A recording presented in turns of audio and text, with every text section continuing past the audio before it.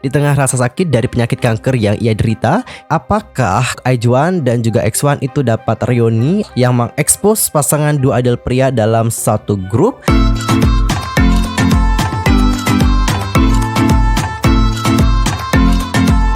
Annyeonghaseyo Cengdel, Yuswa Kim Emnida. Welcome back to my YouTube channel. Lah, gimana sih kabarnya hari ini? BPK Aca dong ya. Dan bagi kalian semua yang lagi dalam kondisi nggak BPK Aca, keep fighting guys, don't give up. Dan untuk hari ini kita akan ngebahas topik-topik terhangat seputar dunia per-K-popan yang pastinya sangat sayang banget untuk dilewatkan. Nah, supaya kalian nggak ketinggalan update informasi terbarunya, yuk buruan subscribe channel aku sekarang juga. Dan jangan lupa juga nih buat like, comment, and share kepada teman-teman yang lain ya. Dan berikut pembahasan selengkapnya.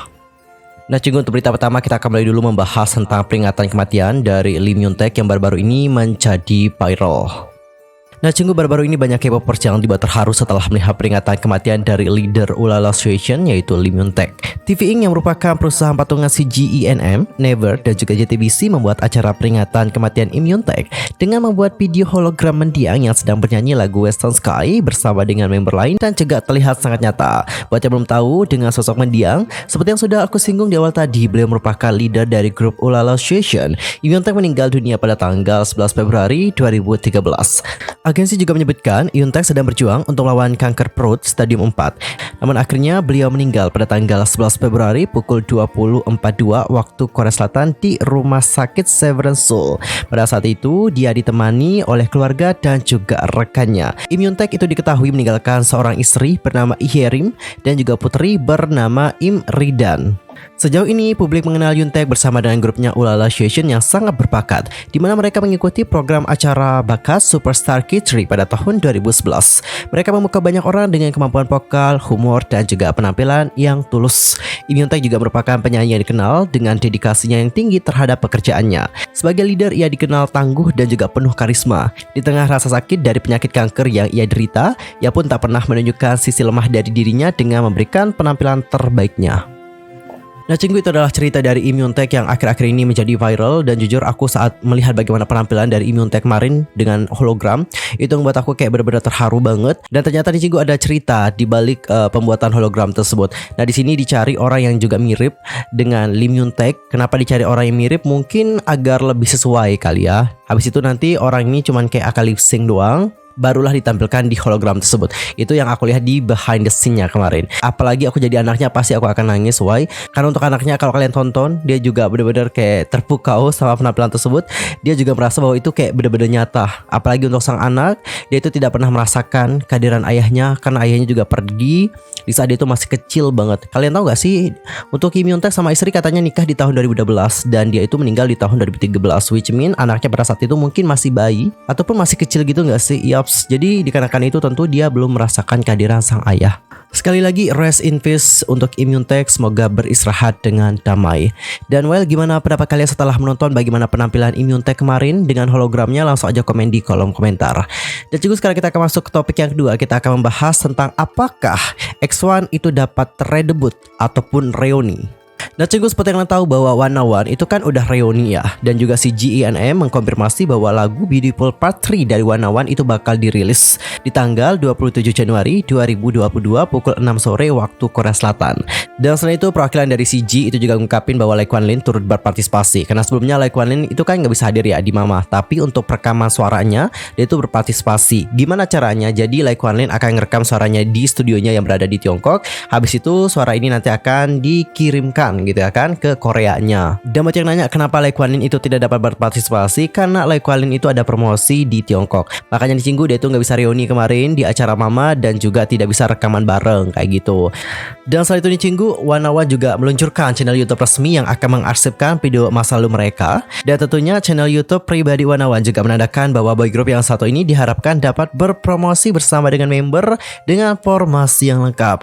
Nah, di channel YouTube yang telah dibuat, Wanna-One juga telah merilis secara resmi trailer B-side yang menunjukkan video demo berwarna cerah ditambah dengan tanggal perilisan comeback mereka. Penggemar juga bahkan gak sabar untuk menantikan konten lainnya mengingat konsep yang akan diusung tentang rekapan video di masa lampau. Seperti yang kalian tahu Cinggu bahwa Wanawan kan telah bubar. Oke, Wanawan itu telah disband dikarenakan masa kontrak mereka juga sudah habis. Dan kalian tuh pasti tahu lagu terakhir mereka yang Spring Breeze. Urida Shimana. Lagu itu kayak mengisyaratkan bahwa mereka itu akan bertemu kembali di musim semi seperti itu. Dan kalian tahu kapan Wanawan bubar? Yups, mereka itu bubar. Kalau nggak salah bubarnya itu di bulan Januari. Oleh karena itulah dapat kita simpulkan bahwa Wanawan telah menepati janji mereka terhadap para fans. Nah Cinggu, untuk grup Produce yang sudah bubar dan juga sudah melakukan reuni itu tidak hanya Wanawan, tapi ada juga Sunbe-nya Wanawan yaitu IOI yang juga telah melakukan reuni bersama. Nah reuninya IOI itu dilakukan untuk merayakan ulang tahun debut ke-5 mereka. Para member dari IOI juga bersatu kembali untuk secara langsung yang sangat dinantikan oleh para fans. Nah Cinggu, dengan sunbe-sunbe mereka yang telah reuni kayak Wanawan sama IOI, apakah kemungkinan untuk IJON dan juga X1 itu dapat reuni ataupun redebut kembali? Untuk IJON sendiri kalau mereka redebut kayaknya nggak bisa ya. Why? Kenapa mereka itu nggak bisa redebut? Karena kemarin para fans juga sudah mengusahakan yang terbaik. Mereka juga sudah menggalang dana yang terkumpul juga sangat besar, sangat banyak banget itu, serius. Namun dikarenakan tidak ada kesepakatan bersama dengan agensi, IJON tidak dapat melakukan redebut kembali. Bukan redebut sih, apa sih namanya, project ulang ya. Sorry ya kalau aku salah nyebutinnya, intinya bukan redebut tapi relaunch atau apa gitu, aku lupa banget. Selain itu member IJON juga sudah punya grup baru gitu ya kan. Ada dari mereka yang sudah debut lagi di grup yang baru. Jadi dikarenakan itu kecil kemungkinan untuk mereka melakukan redebut. Tapi nih Cinggu, kalau mereka itu mau melakukan reuni seperti Sunbe mereka, IOI ataupun Wanawan, menurut aku masih bisa ya. Mungkin nggak sekarang ya, mungkin nggak 1 atau 2 tahun sekarang, tapi mungkin 3-4 tahun kedepannya mereka itu akan melakukan reuni seperti yang telah dilakukan Wanawan. Aku sih berharap dapat seperti itu ya. Nah untuk X1 gimana sih? Apakah X1 dapat melakukan reuni atau redebut nih? Apalagi di Cinggu, X1 itu menjadi grup yang paling banyak dinantikan oleh para fans untuk dapat melakukan redebut bersama ataupun kembali berkumpul bersama. Sekedar kayak reuni bareng gitu loh, atau tampil bareng di sebuah program musik. Sekedar informasi saja, X1 itu resmi dibubarkan setelah tidak ada kesepakatan antara agensi yang menaungi mereka. Hal ini juga diumumkan oleh agensi pada Senin 6 Januari 2020 melalui sebuah pernyataan resmi. Nah seperti yang dikutip, si GENM itu mencoba untuk melanjutkan kegiatan X1, namun mereka juga menghormati posisi agensi yang memutuskan untuk membubarkan X1 saja. X1 sendiri adalah kelompok bentukan proyek Mnet Produce X11 terganggu oleh kontroversi program, sehingga tim memutuskan untuk membubarkan grup tersebut. Padahal ya Cinggu, jika X1 ini dipertahankan, mungkin mereka ini akan menjadi salah satu boy group yang besar banget di industri musik K-pop. Kenapa aku dapat menyebutkan seperti itu? Kalian lihat saja bagaimana pencapaian X1, gak hanya dari album mereka yang tinggi, tapi chart musik mereka juga tinggi. Selain itu kemenangan musik mereka itu banyak banget. Dan Cinggu, jika kalian udah pernah baca teorinya X1, apakah itu teori yang sudah aku buat di video YouTube aku atau teori yang sudah berseliweran di Twitter, itu kayak menyeratkan bahwa mereka itu akan bertemu kembali. Ngerti nggak? Oke, kalau kalian belum tonton teorinya, langsung aja tonton video aku yang teori X1 Flash. Atau enggak kalian males nonton, langsung aja cari di Twitter teori X1 Flash. Nanti banyak yang menjelaskan tentang teori-teori X1 dan menurut aku itu emang sangat relate banget. Nah kalau kita bandingkan dengan teorinya Wanawan yang akan bertemu lagi suatu saat nanti, nah untuk X1 juga gitu guys. Kalau kalian baca teorinya, kalian juga pasti memikirkan bahwa oh kayaknya mereka juga akan sama nih seperti Wanawan gitu. Suatu saat nanti mereka itu akan bertemu gitu. Entah itu cuman untuk project tampil bareng atau sekedar reuni, menurut aku bisa lah dilakukan. Dan juga setelah aku discuss nih sama teman aku bilang gitu, kayaknya kalau X1 reuni seperti Wanawan itu nggak bisa deh. Karena gini, kalau Wanawan itu katanya ya, kata teman aku nih, kalau Wanawan itu kan bubarnya dikarenakan kontraknya udah habis. Kalau X1 kan beda lagi gitu. X1 dibubarkan karena kontroversi tersebut. Jadi dikarenakan itulah kalau mereka seandainya melakukan reuni, takutnya mereka itu akan mendapatkan banyak sekali kritikan dari netizen kayak gitu guys. Dan kalau kalian sendiri gimana pendapatnya? Apakah suatu saat nanti X1 itu dapat melakukan reuni seperti yang dilakukan oleh Wanawan? Langsung aja sampaikan di kolom komentar bagaimana pendapat kalian. Nah Cinggu, untuk yang terakhir ini adalah request konten. Jadi kemarin banyak banget K-popers yang nge-tag aku untuk konten yang satu ini. Jadi untuk kontennya adalah tentang artikel yang mengekspos pasangan dua idol pria dalam satu grup kembali dibicarakan oleh netizen. Dan netizen berpendapat ini tuh seperti fanfiction. Jadi Cinggu, untuk postingan di komunitas online itu seperti yang berikut ini, langsung aja kita baca bersama-sama. Ini beberapa tahun yang lalu, ruang tunggu acara musik kacau, dipenuhi dengan suara berisik staf dan juga suara mendesak manajer yang bingung. Mereka berkata bangun, telepon 119. Di satu sisi ruang tunggu, anggota A dari boy group pingsan. B juga membantu A yang perlahan pingsan dan bangun. Mereka adalah anggota dari kelompok yang sama.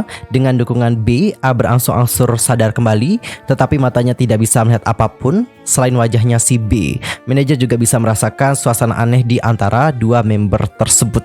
Jadi dia tuh kayak ngambil anggota lain, ngambil dalam artian itu kayak ngebawa anggota lainnya untuk out, keluar gitu, biarin mereka berdua di sana. Percakapan antara A dan juga B yang terdengar dari ruang tunggu itu juga katanya tidak biasa. Untuk A sendiri itu mengatakan, bagaimana bisa kau melakukan itu padaku? Lalu B mengatakan, sudah kukatakan, tolong jangan tunjukkan sisimu yang seperti itu saat siaran.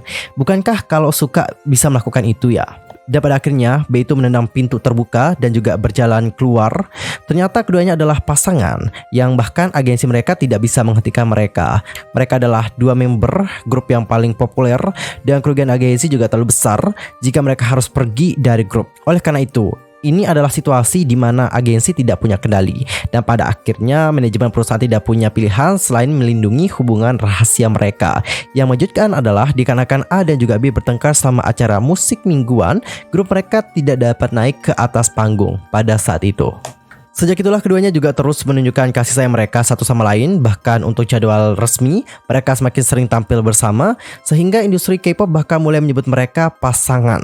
Suatu ketika hal seperti ini terjadi, tidak seperti A yang sangat energik dan juga bersemangat, B itu punya kepribadian yang sangat tenang. Namun satu hari B tiba-tiba berubah menjadi pria yang tangguh. Keduanya berpartisipasi dalam program hiburan di YouTube. Selama pembuatan film, keduanya juga saling memandang dan juga bertukar sinyal mereka sendiri. Tetapi ketika A pura-pura tidak mengetahui sinyal B dengan marah meninggalkan lokasi syuting. Dan itu juga merupakan sesuatu yang tidak akan pernah mungkin terjadi dengan kepribadian yang tenang dari si B. Dan orang dalam industri melihat hal tersebut menyebutkan bahwa ini adalah ekspresi cinta yang unik. Dan cunggu berikut adalah komentar-komentar dari netizen melihat hal yang satu ini. B sangat aneh, dia marah dan juga memberitahu A untuk tidak melakukan itu saat acara. Tapi dia marah dikarenakan A mengabaikan sinyalnya. Konyol, ini seperti fanfiction. Yaps, aku rasa ini tuh kayak fanfiction sih, bukan bener sih, ya enggak? Aku nggak tahu sih apakah ini tuh grup generasi kedua atau bukan, tapi rumor ini tidak dibuat-buat oleh Woman Sense. Ini tuh sungguhan. Oke. Ada yang berpendapat bahwa ini bukan fanfiction, tapi ini tuh emang cerita nyata. Bisa nggak nih ada someone gitu yang rekomendasiin aku beberapa fanfic dengan konten yang serupa? Maksudnya konten yang serupa itu mirip dengan ceritanya mereka. Hal yang paling lucu adalah reporter menulis ulang itu seperti dia menulis novel fanfiction. Dengan dukungan B, A perlahan mulai sadar, tapi matanya tidak bisa melihat apapun kecuali wajah B. Novel romansa yang bagus. Oke, kayaknya reporter di sini kayak menambahkan bumbu-bumbu ya, which mean emang ada kayak yang dilebih-lebihkan di sini sama reporternya. I think so. Next, aku rasa ini adalah grup yang cukup terkenal, pernah punya ruang tunggu private di acara musik dan mendapat dukungan penuh dari agensi manajemen dalam hal menyembunyikan kisah cinta mereka. Perusahaan juga sangat khawatir untuk menjaga keberadaan grup. Jika tidak, perusahaan akan membiarkan mereka mengungkapkan petunjuk kepada penggemar. Kenapa aku percaya bahwa ini adalah grup yang kurang terkenal ya daripada yang terkenal? Kenapa tidak ada artikel tentang grup populer yang anggotanya pingsan di ruang tunggu dan tidak tampil di panggung juga? Mungkin ini tuh adalah grup yang tidak dipedulikan oleh fans. Ya, bener sih. Apalagi untuk tidak tampil di acara musik, bukankah itu something yang gede ya? Maksudnya mereka kan udah masuk dalam line up. Habis itu tiba-tiba nggak tampil. Tapi nggak ada artikel yang kayak nyebutin ada grup yang batal tampil. Jadi menurut aku ini emang kayak bukan grup yang terkenal sih, tapi ditaruh sama reporternya ini adalah grup yang terkenal. I think so. Siapa itu? Sangat penasaran nih, semua orang memikirkannya. Tidak banyak grup yang pergi ke acara musik tapi tidak tampil di panggung. Bener, kebanyakan rata-rata mereka kalau udah ada di sana gitu ya kan pasti tampil gitu. Ada sih emang beberapa grup yang batal tampil di acara panggung. Hal itu juga dikarenakan member-membernya yang punya problem seperti itu. Entah itu dikarenakan kesehatan membernya atau ada konflik, ada yang seperti itu. Dan aku juga sempat baca ceritanya. Tapi untuk yang satu ini tuh baru pertama kali aku baca.